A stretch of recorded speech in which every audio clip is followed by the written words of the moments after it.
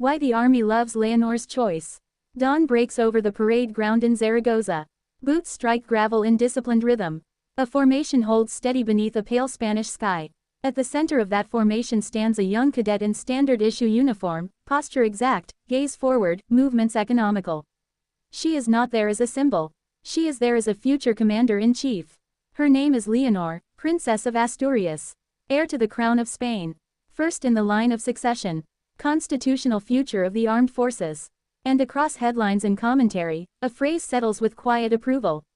Not applause. Approval. Measured. Institutional. Earned. Spain's monarchy is not ornamental. Under the 1978 Constitution, the sovereign serves as supreme commander of the armed forces, a stabilizing figure above party politics, embodying unity when governments change and coalitions fracture. Continuity is not abstract here, it is embodied in visible presence. The heir's decision to undergo formal military training was not improvised. It was not cosmetic. It was constitutional choreography. In Spain, crowns are inherited. Command presence is not. 2 minutes into this unfolding story, the deeper question emerges. Is this simply tradition being observed, or authority being constructed in real time? Because military training for an heir is not about tactics alone. It is about legitimacy before officers, sailors, and airmen who serve the state, not a personality. Spain remembers rupture, civil war, dictatorship, transition. The armed forces have been central to both fracture and restoration. The abdication of Juan Carlos I and the accession of Felipe VI marked a generational reset, ethical tightening, constitutional discipline, deliberate restraint. This is the living thread of continuity. Each generation must demonstrate that it understands the weight of command. At 5 minutes, the phrase returns.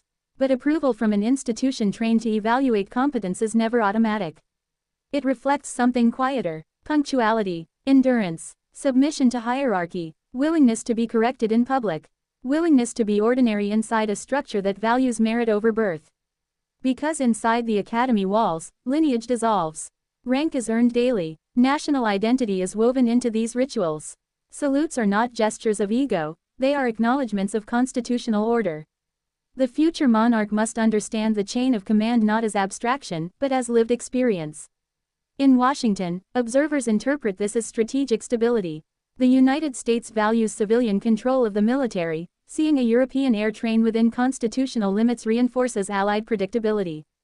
In London, where the British sovereign maintains a ceremonial relationship with the armed forces, the move feels familiar, continuity reinforced through service. In Ottawa and Canberra, constitutional monarchies understand the signal instinctively: legitimacy flows from visible discipline. In Berlin, where Republican governance replaced monarchy entirely, the spectacle is studied as an example of how historical institutions adapt without surrendering democratic constraints. 8 minutes in, something more subtle surfaces. The training path spans the Army, the Navy, the Air and Space Force. 3 branches, 3 cultures, 1 constitutional apex. Yet what remains deliberately unspoken is this: how much authority does a future monarch truly wield in modern Spain? The answer is both clear and restrained. Operational command rests with elected government. Symbolic command rests with the crown. And symbolism, in moments of crisis, can steady a nation faster than legislation. But symbolism must be credible. Credibility cannot be inherited. It must be embodied. By 10 minutes, institutional strain becomes visible, not inside the barracks, but outside them. Spain's political landscape is fragmented. Coalition governments rise and recalibrate. Regional tensions surface and subside. Economic pressures ripple through Europe. In such moments, the armed forces represent continuity of the state itself. If public trust in the crown wavers, that continuity feels thinner. The heir's presence in uniform is therefore not ceremonial theater. It is preemptive reinforcement, a reminder that above political negotiation stands constitutional permanence. 14 minutes into this measured progression, the point of no return appears quietly. Once an heir commits to military formation, withdrawal is not symbolic. It would be seismic, because service signals readiness, and readiness implies inevitability. There is no partial commitment to command.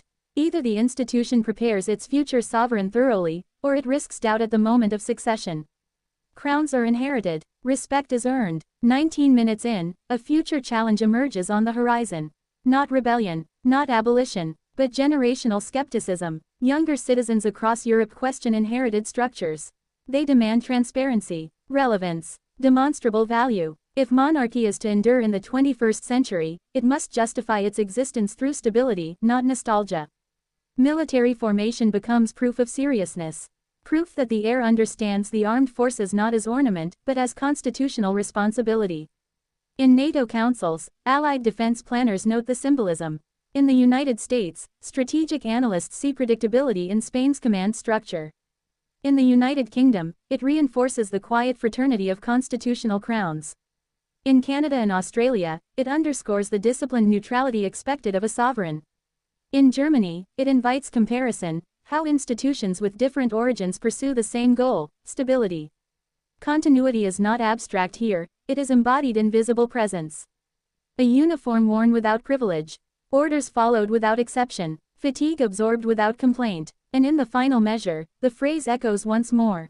Approval today does not guarantee authority tomorrow. But it establishes foundation. The parade ground will eventually give way to a throne room. The cadence of boots will yield to constitutional oaths. The salutes will shift direction. What remains constant is expectation. That the future sovereign understands the institution she represents. That she has felt its discipline. That she has earned, before inheriting. Because when succession arrives, it will not ask whether she was prepared. It will reveal whether she was. The formation holds. The horizon remains open, and history, patient as ever, waits to see whether respect secured in uniform will endure when the crown finally rests in full weight upon her head.